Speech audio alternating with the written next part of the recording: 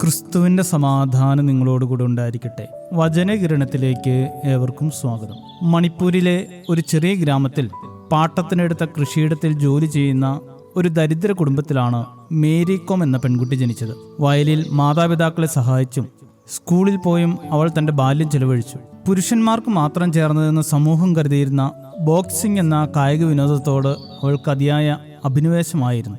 1998 Asian ഗെയിംസിൽ സ്വർണം നേടിയ ഡിങ്കോ സിംഗിന്റെ വിജയം കണ്ടാണ് അവൾ തൻ്റെ ജീവിതത്തിൽ ഈ സ്വപ്നം കണ്ടു തുടങ്ങിയത്.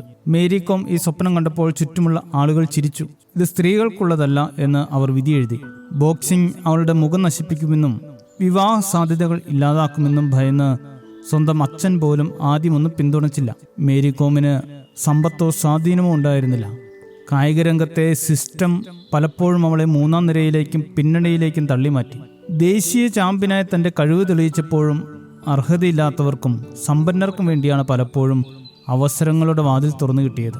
ലോകം അവളെ തള്ളിക്കളഞ്ഞപ്പോഴും മേരി കോം തളർന്നില്ല. അവൾക്ക് ഒരേയൊരു സമ്പത്തേ ഉണ്ടായിരുന്നുള്ളൂ, അചഞ്ചലമായ വിശ്വാസം. അവൾ പോരാടി. അവളുടെ പോരാട്ടം മറ്റുള്ളവരുടെ അഹങ്കാരം തകർക്കാനായിരുന്നില്ല, മറിച്ച് സ്വന്തം അഭിമാനത്തെയും അർഹതയെയും ലോകത്തിനു മുന്നിൽ തെളിയിക്കാനായിരുന്നു. വിവാഹശേഷം ഇരട്ട കുട്ടികൾക്ക് ജന്മം നൽകിയ ശേഷവും അവൾ ആ കഠിനമായ പരിശ്രമത്തിലൂടെ ബോക്സിംഗ് റിങ്ങിലേക്ക് ശക്തമായി തിരിച്ചെത്തി. അവളുടെ സ്ഥിരോത്സാഹം ഒടുവിൽ വിജയം കണ്ടു.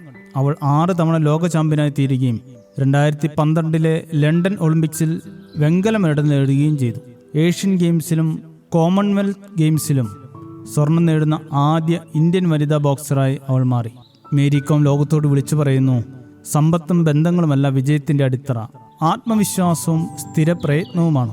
എത്ര ആഗ്രഹിച്ചാലും അലസനൊന്നും കിട്ടുന്നില്ല, സ്ഥിരോത്സാഹിക്ക് സമർത്ഥമായി ലഭിക്കുന്നു എന്ന് സദൃശ്യവാക്യങ്ങൾ 13:4 പറയുന്നു.